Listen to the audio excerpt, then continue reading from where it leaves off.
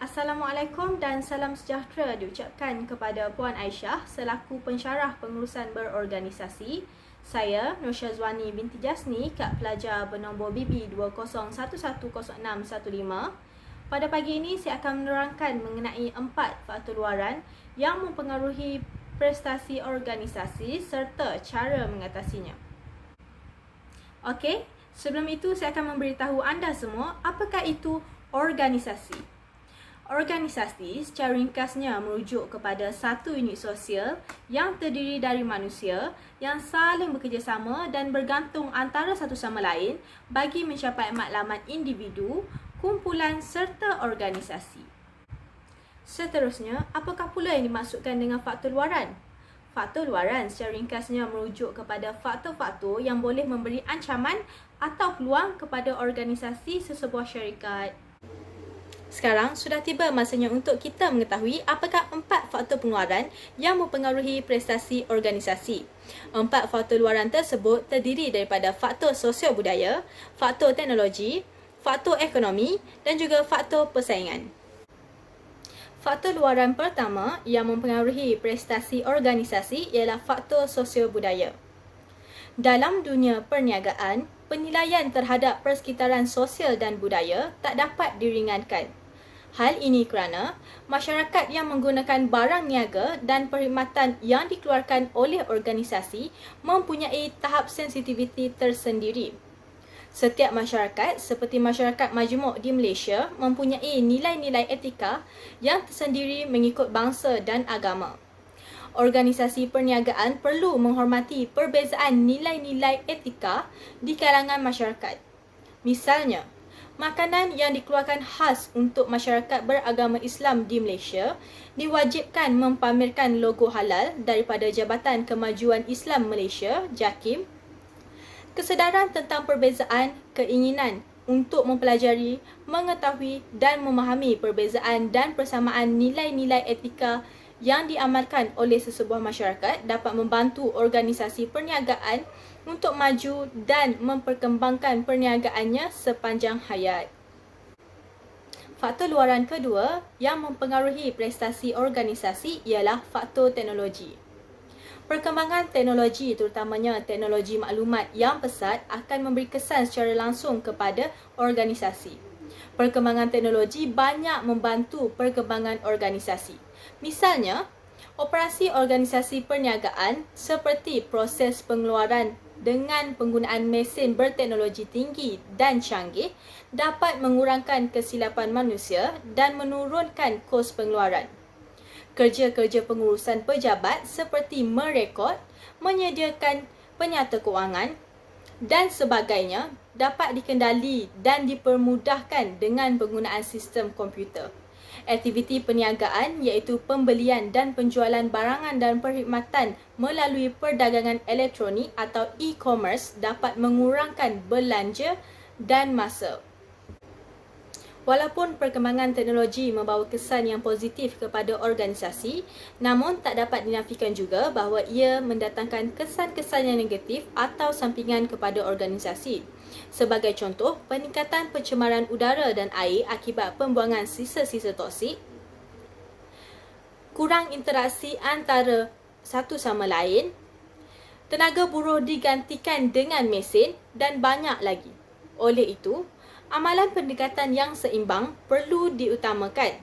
Faedah dan kebaikan daripada penggunaan teknologi moden dan canggih perlu dimanfaatkan sebaik mungkin.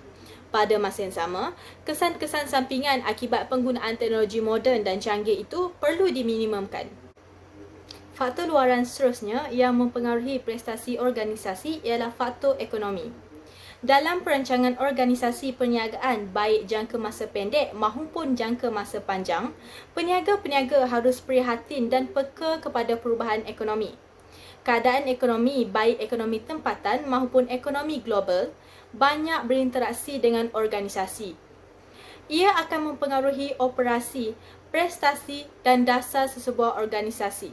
Misalnya, apabila kadar faedah pinjaman asas bank meningkat, tanggungan pembiayaan pinjaman organisasi perniagaan turut bertambah. Begitu juga dengan peningkatan kadar inflasi. Kos pengeluaran akan meningkat apabila kadar inflasi meningkat. Peningkatan kadar inflasi akan mengakibatkan harga bahan mentah yang diperlukan daripada pembekal turut naik. Untuk mempertahankan keuntungan dan meneruskan kewujudan organisasi perniagaan dengan peningkatan kos yang mendadak dalam pasaran, maka peniaga terpaksa bertindak sama ada menurunkan kos pengeluaran atau mencari barangan pengganti bagi bahan-bahan mentah yang digunakan selama ini ataupun menaikkan harga jualan barang niaga di pasaran. Kesimpulannya, persekitaran ekonomi yang sering berubah akan memberi kesan secara langsung serta merumitkan lagi bagi pihak peniaga untuk menetapkan pengurusan organisasi perniagaannya. Faktor luaran terakhir yang mempengaruhi prestasi organisasi ialah faktor persaingan. Dalam sistem ekonomi kapitalis, organisasi perniagaan sering menghadapi persekitaran persaingan yang dinamik. Pesaing ialah organisasi perniagaan yang mengeluarkan barang dan perkhidmatan yang sama. Persaingan dapat menentukan daya tahan dan kreativiti, kemajuan dan kejayaan atau kegagalan sebuah organisasi di dunia perniagaan. Pesaing cuba membaiki produk mereka supaya dapat bersaing dengan produk pengeluar lain malah menguasai pasaran. Contohnya, di bidang automobil Proton telah berjaya mengeluarkan kereta yang dapat berdaya saing dengan pengeluar-pengeluar kereta yang lain di Malaysia. Dengan perkataan lain, persaingan boleh memberi kesan secara tak langsung kepada perjalanan sesebuah organisasi perniagaan. Setelah mengetahui kesemua empat faktor luaran yang mempengaruhi organisasi, apakah langkah mengatasi faktor luaran tersebut? Apa yang saya boleh katakan ialah syarikat atau perniagaan tak dapat menghilangkan faktor luaran tersebut, tetapi mereka mempunyai kemampuan untuk menguruskannya. Pertama sekali, organisasi atau perniagaan perlu sentiasa mengetahui maklumat terkini iaitu up to date. Dengan perubahan harian dalam industri, ekonomi dan masyarakat, ada banyak maklumat yang harus diikuti. Menetapkan peranan dalam syarikat untuk meneliti dan melaporkan maklumat baru adalah cara terbaik untuk menyerahkan tugas yang sangat penting. Selain itu, pendidikan adalah cara lain untuk menguruskan faktor luaran. Sebagai contoh, kelestarian adalah topik yang popular dalam masyarakat masa kini. Sekiranya syarikat memilih untuk menjadi organisasi yang lebih lestari, penting bagi mereka untuk mengadakan program latihan dan pembangunan. Program latihan dan pembangunan dapat membantu menanamkan kelestarian dalam budaya organisasi. Inisiatif seperti kesinambungan perlu ditanamkan dan dilaksanakan di setiap peringkat organisasi agar berjaya. Perkara yang sama berlaku untuk inisiatif baru yang ingin dilaksanakan oleh syarikat atau perniagaan. Latihan harus menyertai perubahan undang-undang atau dasar baru yang mengubah cara organisasi beroperasi. Dengan mendidik semua anggota organisasi, syarikat dapat melaksanakan perubahan yang lebih baik. Seterusnya, menguruskan hubungan adalah bahagian penting lain dalam menguruskan faktor luaran. Membangun hubungan yang sihat dengan pelanggan dan pembekal sangat bermanfaat. Pelanggan berada di tengah-tengah kebanyakan organisasi.